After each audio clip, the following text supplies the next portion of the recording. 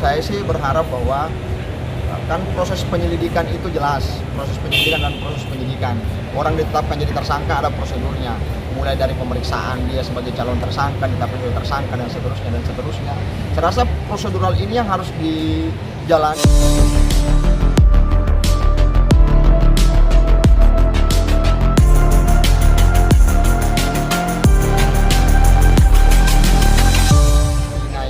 Hari ini yang sudah 8 tahun yang lalu kembali terungkap, memang perlu kita sampaikan turut berduka cita kepada keluarga korban, keluarga Vina yang meninggal. Cuma memang menjadi viral kembali ini gara-gara film itu yang sampai hari ini proses penyidikan sementara berlangsung lagi di Polda Jawa Barat. Nah gitu. Terkait hal itu, proses penyidikan memang kami sih mendorong secara penuh kepolisian untuk mengungkap sedetail mungkin sesuai dengan informasi yang beredar, bahwa di dalam putusan itu, bahkan dalam berita acara pemeriksaan kan ada 3 orang yang memberikan keterangan yang diduga juga terlibat dalam hal ini, termasuk Peggy dan kawan-kawan kan gitu.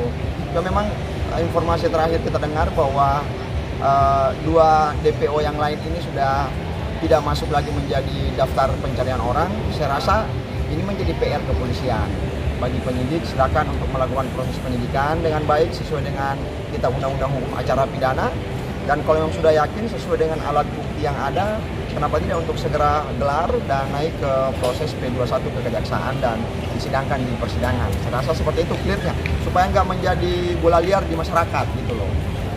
Itu yang pertama. Yang kedua, terkait dengan si Peggy ini dengan keterangan saksi yang sementara berproses di Polda Jawa Barat, memang anggap kita lihat yang lagi sangat ramai itu si Linda yang dianggap kesurupan memberikan kesaksian tentang itu. Memang kepolisian dalam hal ini, karena ini menyangkut tentang nyawa orang, jadi memang mesti hati-hati dalam melakukan proses penyidikan, karena memeriksa orang, mengambil keterangan orang, menjadikan orang tersangka dan seterusnya, itu memang membutuhkan keyakinan penyidik yang penuh, karena ini menyangkut masa depan orang dan tidak boleh harus mensortir seluruh keterangan saksi. Keterangan saksi, apakah persoalan kesurupan itu bisa dijadikan alat bukti dan lain-lain. Saya rasa kesaksian penyidik bisa mengambil keterangan itu lebih detail lagi, apa betul beliau melihat, mendengarkan, merasakan, atau apakah di situ persoalan kesaksian itu kan di situ. Apakah si Linda ini melihat, menyaksikan, mendengar, atau merasakan kejadian itu?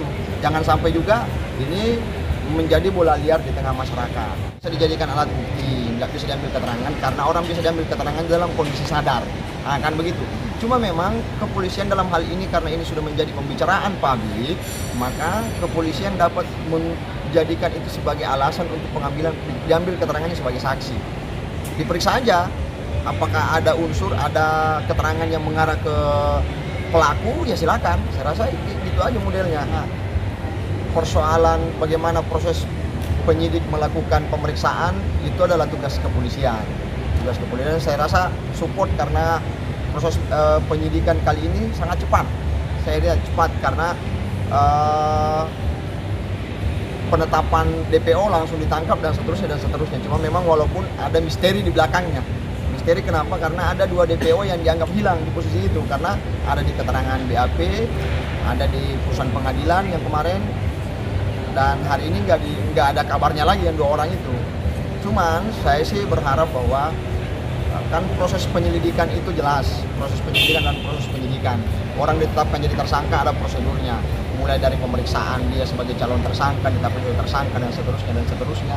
Saya rasa prosedural ini yang harus dijalani oleh kepolisian agar tidak menjadi bola liar di tengah masyarakat gitu.